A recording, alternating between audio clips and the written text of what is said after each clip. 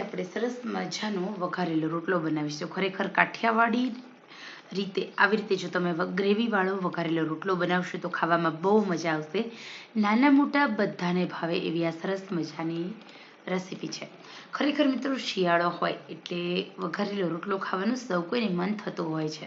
તો જો તમે આજે હું જે રીતે તમને વિડીયોમાં બતાવું છું એવી રીતે તમે વઘારેલો રોટલો બનાવશો તો જે લોકોને નથી ભાવતો એમને પણ ભાવશે। અહીંયા વઘારેલો રોટલો બનાવવા માટે વધેલો રોટલો હોય તો પણ ચાલે અને રોટલો તમારો નવો બનાવવો હોય તો પણ ચાલશે। ચલો આપણે સરસ મજાની ગ્રેવીવાળા પંજાબી સ્ટાઇલ વઘારેલા રોટલાની રેસીપી જોઈએ। અહીંયા થોડું કાઠિયાવાડી અને સાથે સાથે પંજાબીનું કોમ્બિનેશન છે। અહીંયા આપણે બે રોટલા લેવાના છે। રોટલાને આવી રીતે ભૂકો કરી લેવાનો છે। બે રોટલા હોય એટલે તમારે 3 ચમચી તેલ લેવાનું છે। તેલ આપણું થોડું ગરમ થવા દઈએ। તેલ આપણું ગરમ થશે એટલે આપણે રોટલાને કેવી રીતે વઘારવાનો એની સ્ટેપ બાય સ્ટેપ રેસીપી જોઈએ। એકદમ પ્રોપર તેલ ગરમ થવું જોઈએ। પછી આપણે એમાં રાઈ ઉમેરવાની છે। રાઈ ફૂટે, રાઈનું તડતડ બંધ થાય એટલે જીરું ઉમેરી દઈએ। ત્યારબાદ લસણ ઉમેરી દેવાનું છે। લસણ ખાંડીને નહીં પરંતુ લસણને આવી રીતે ઝીણા ઝીણા પીસીસ કરવાના છે। લસણ થોડું ચડિયાતું લેવાનું, 7 થી 8 કળી લસણ લેવાનું અને એ પછી એકદમ ઝીણી ઝીણી સમારેલી 2 ડુંગળી લેવાની। એક રોટલો હોય તો 1 ડુંગળી, 2 રોટલા હોય તો 2 ડુંગળી। ડુંગળીને આપણે સાંતળી લેવાની છે।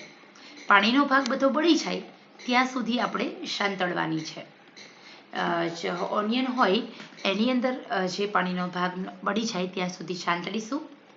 એકદમ લાઇટ બ્રાઉન કલરની થવા દેવાની, સુગંધ આવવા લાગે, તેલ છૂટું પડવા લાગે ત્યાં સુધી આપણે ડુંગળીને સાંતળવાની છે।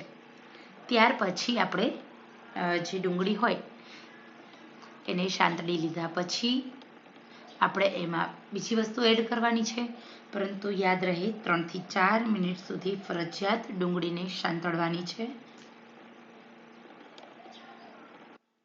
ગેસની આંચ એકદમ સ્લો ટુ મીડિયમ રાખવાની। જેમ તમે જે ડુંગળી હોય એનું પાણી વાળશો એમ સરસ મજાનો ટેસ્ટ આવે છે। અહીંયા આ રોટલો એકલો પણ તમે વઘારેલો રોટલો ડિનરના ઓપ્શનમાં લઈ શકો છો, સવારે નાસ્તાના ઓપ્શનમાં કે બપોરે ભોજનના ઓપ્શનમાં બનાવી શકો છો। આ રોટલા સાથે દાળ ભાત શાક એવું કશું જ બનાવવાની ઝંઝટ નથી। શિયાળામાં આ બેસ્ટ રેસીપી છે। હવે આપણે ટામેટાની પ્યુરી એડ કરીશું। 2 ટામેટા લેવાના છે એને મિક્સરમાં ક્રશ કરી અને એકદમ ફાઇન ટામેટાની પ્યુરી બનાવી લેવાની। આપણે સાંતળી લેવાની છે।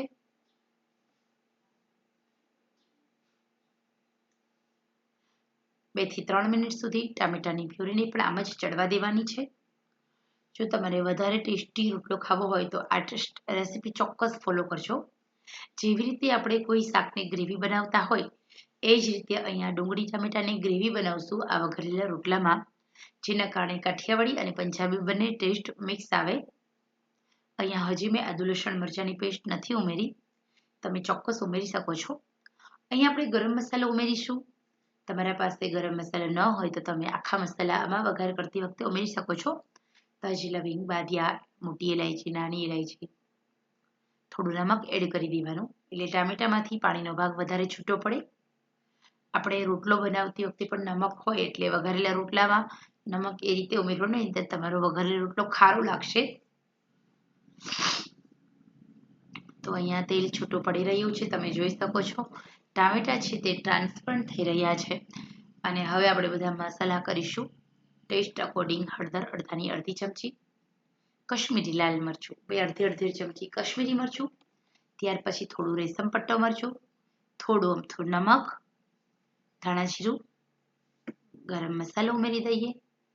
ખરેખર ટેસ્ટ અકોર્ડિંગ અહીંયા મેં ગરમ મસાલો લીધો છે। આ બધી જ વસ્તુ ઉમેરી અને આપણે હલાવી લઈએ। તમને એવું લાગે કે હજી વધારે તીખું ખાવું છે તો થોડું લાલ મરચું ઉમેરી દેજો।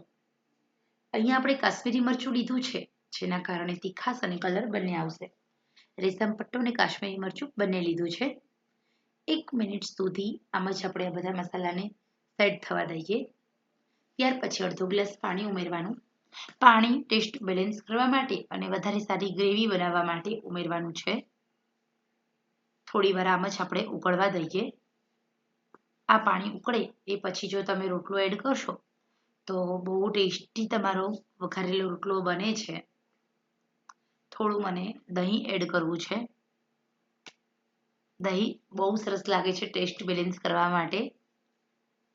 તો અહીંયા મેં દહીં એડ કર્યું. 2 ચમચી મોળું ઘરનું લેવાનું. દહીં ન હોય તો તમે અડધી ચમચી ઘરની તાજી મલાઈ ઉમેરી શકો છો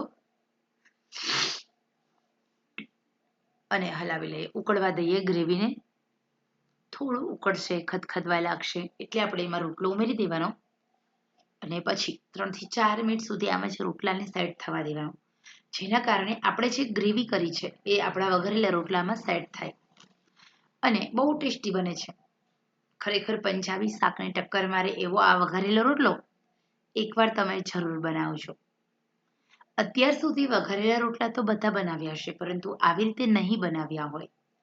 હવે મીડિયમ આંચે 3 મિનિટ સુધી આ રોટલાને ચડવા દેવાનો, જેના કારણે જે લોકોને દાંત નથી એ પણ રોટલો ખાઈ શકે. અહીંયા આપણો રોટલો છે તે પોચો થઈ જશે, ચાવવામાં મજા આવશે.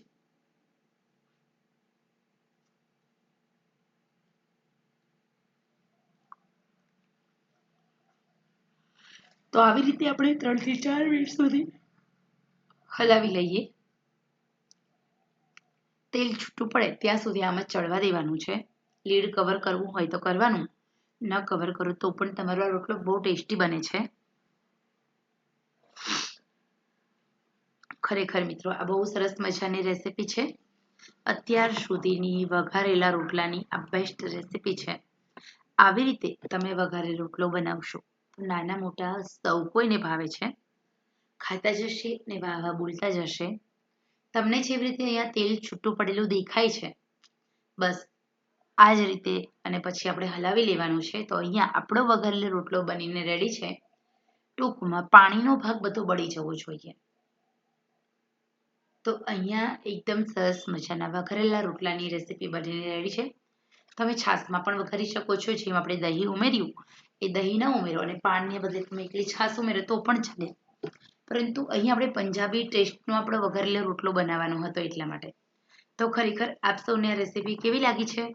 પસંદ આવી હોય તો ચોક્કસ તમે પણ આવી રીતે વઘારેલો રોટલો ચોક્કસ બનાવજો.